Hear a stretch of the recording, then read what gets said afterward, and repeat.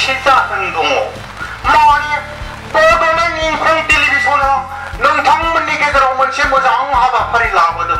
बे हाबाफारियानो जाहैबाय अल इन्डिया लेभेलाव मोनसे मोसानाय बादायनाय हाबाफारि। बै हाबाफारिनि मुङानो जाहैबाय बड'लेण्ड डेन्स मास्टार सिजन 1।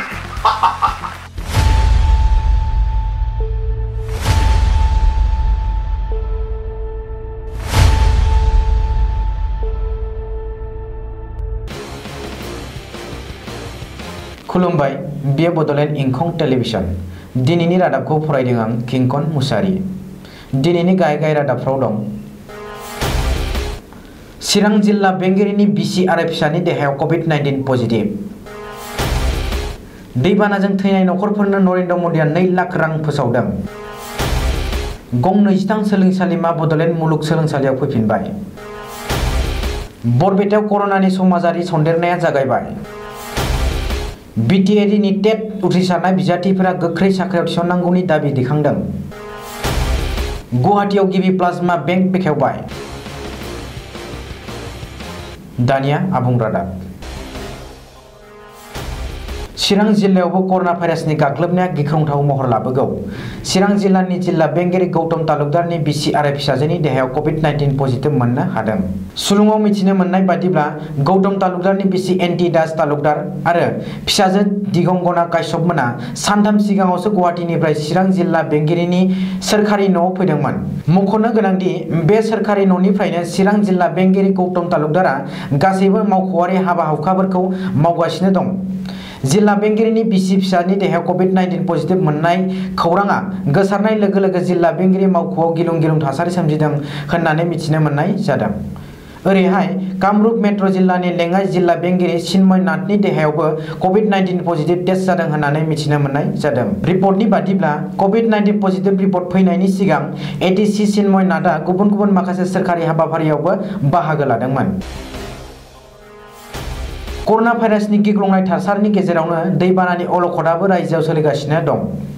आसामाव कर'नाजों जिउ गोमानाय सोद्रोमाफोरनिख्रुइ दैबानाजों जिउ गोमानाय सोद्रोमाफोरा 3 गुन बांसिन।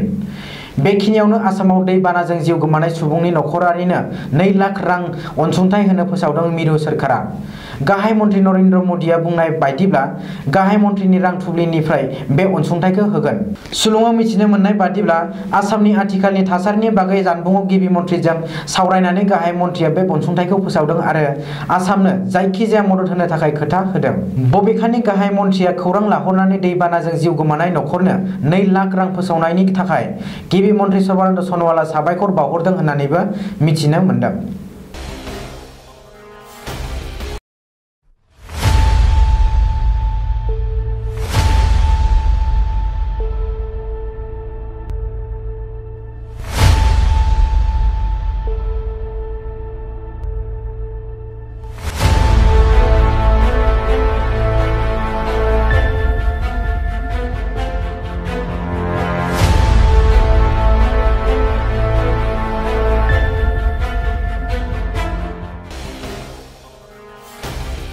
बड'लेण्ड हालामनि बेन्दोङाव थानाय गं 23 कलेज एबा सोलोंसालिमाफोरा बड'लेण्ड मुलुग सोलोंसालिनि आवथायाव फैफिनबाय।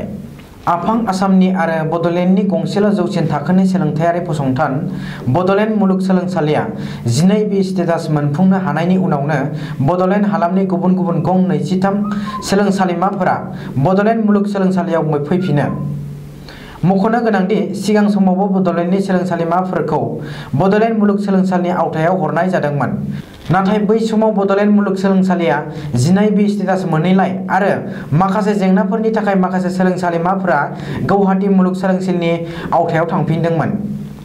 बड'लेण्ड मुलुग सोलोंसालिनि आवथायाव फैनाय सोलोंसालिमाफोरा जादों Barama college, Basugaon college, Bibi Kisan college, Bengtol college, Bijni college, Bodofa U N Brahma college Kokrajhar, commerce college Kokrajhar, Fakiragram college, girls college Kokrajhar, Goreswar college, Gossaigaon college, Gyanpeeth degree college Nikashi, Janata college Serfanguri, Khairabari college, Kokrajhar government college, Majbat college, Sarbali college, science college Kokrajhar, Swami Jagannath Giri college Kokrajhar, Tangla college, Udalguri college, U N Brahma college Kajalgaon आरो कलागुरु विष्णु प्रसाद degree college अरां Bodoland मुलुगसोलोंसालिया 12B status मोननो हानायनि उनावनो बिटिसिनि खुंगिरि आरो आसामनि रायजो बेंगिरि प्रफेसार जगदीश मुखिया बिटिटिनि सिङाव थानाय गासैबो सोलोंसालिमाफोरखौ बड'लेण्ड मुलुगसोलोंसालिनि सिङाव लाबोफिनो।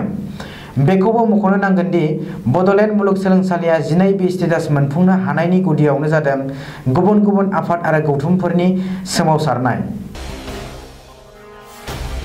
गुवाहाटी नोगोरमानि उनाव आफां आसामनि बरपेटा जिल्लायावबो गिख्रंथाव कर'ना भाइरासनि समाजारि सन्देरनाया जागायबाय। जेरावबो दावबायनायनि ट्रेभेलिं हिस्ट्रि गैयै सोद्रोमाफोरनि देहायावबो कभिड-19 पजिटिभ मोननायनि उनावनो बे गिख्रंथाव जाथाया सोराङाव फैदों। मख'नो गोनांदि बरपेटा जिल्लानि दाब दाब जायगायाव सरासनस्रा रायजोफोरजों लोगोसे कर'नानि हेंथायै जुजिनायाव गोख्रों बिफाव लानाय गोबांसा पुलिस जवानफोरनोबो कर'ना भाइरासनि समाजारि गाग्लोबनायाव सिखार जानांबाय होननानै मिथिनो मोननाय जादों। ओरैहाय गुवाहाटी नोगोरमानि उनाव जरहाट डिब्रुगड़ जिल्लाजों लोगोसे रायजोनि माखासे जिल्लाफोरावबो गिख्रंथाव महर लादों कर'ना भाइरासआ, जायनि जुनै आसामावबो कर'ना भाइरासनि समाजारि सन्देरनाया जागायबाय होननानै सन्देह खालामनाय जादों। दुलाराय आसामावनो गुदि आरो गेजेर थाखोनि फरायसालियाव लांदां जानानै थानाय फोरोंगिरि मासियाव गोदानै थिसनथाइ होनायनि थांखिजों आसामनि सोलोंथाइ बिफाना टेट आनजाद खुंनानै फोरोंगिरि थिसननाया दासिमबो दिन्दां जानानै दं। माखासे सान सिगांसो आसामनि सोलोंथाइ बिफाना लांदां जानानै थानाय गुदि आरो गेजेर थाखोनि फरायसालियाव 8,000 टेट उथ्रिसारनाय बिजाथिफोरनो थिसनथाइ होदोंमोन। नाथाय बिटिसि ओनसोलनि टेट उथ्रिसारनाय बिजाथिफोरखौ साख्रियाव थिसननायनि थाखाय सरकारा दासिमबो राहा लायाखै होननानै बड'लेण्डनि टेट उथ्रिसारनाय बिजाथिफोरा शुक्रबारखालि क'क्राझाराव खौरांगिरि मेल खुंनानै अजद होदों। बबेखानि बिटिसि हालामनि टेट उथ्रिसारनाय बिजाथिफोरनोबो गोख्रैनो थिसनथाइ होनांगौ होननानै टेट उथ्रिसारनाय बिजाथिफोरा खौरांगिरि मेलनि जोहै सोलोंथाइ मन्त्रि डक्टर हिमन्त बिश्व शर्मा आरो बिटिसि खुंगिरि आरो रायजो बेंगिरि प्रफेसार जगदीश मुखिखौ दाबि दैखांदों। गुवाहाटी नोगोरमायाव गिबि प्लाज्मा बेंक जागायबाय। गुवाहाटी मेडिकेल कलेज देहा फाहामसालियाव फसंनाय गिबिसिन प्लाज्मा बेंकखौ आसामनि सावस्रि मन्त्रि डक्टर हिमन्त बिश्व शर्माया शुक्रबारखालि बेखेवबाय। रिपर्टनि बादिब्ला रायजोनि गिबि प्लाज्मा बेंकआव गिबिसिन प्लाज्मा दान होदों डाक्टार लिखि केसआ। मख'नो गोनांदि आसामाव कर'नाजों गाग्लोबजानाय गिबिसिन डाक्टारमोन GMCHनि डाक्टार लिखि केसआ। ओरैहाय बे प्लाज्मा बेंकखौ बेखेवनायनि उनावनो कर'नाजों गाग्लोबजानायनिफ्राय गाहाम जाफिननाय सोद्रोमाफोरखौ थांनानै प्लाज्मा दान होनो थाखाय सावस्रि मन्त्रि हिमन्त बिश्व शर्माया खावलायदों। दिनैनि रादाबा एसेनोसै। गोजोन्थों। खुलुमबाय, आं रिंकु मनि नार्जारी बड'लेण्ड इंखं टेलिभिजननि स्टुडिअ'निफ्राय फोसावनो सिगांदों मोनसे गोजोनथाव खौरां। बड'लेण्ड इंखं टेलिभिजनआ बानजायनो लादों अल इन्डिया लेभेलनि मोसानाय बादायलायनाय बड'लेण्ड डान्स मास्टार सिजन 1। देरहासार बादायगिरिया मोनगोन देरहासार बान्थाया 5 लाख रां, उन बान्थाया 1 लाख रां।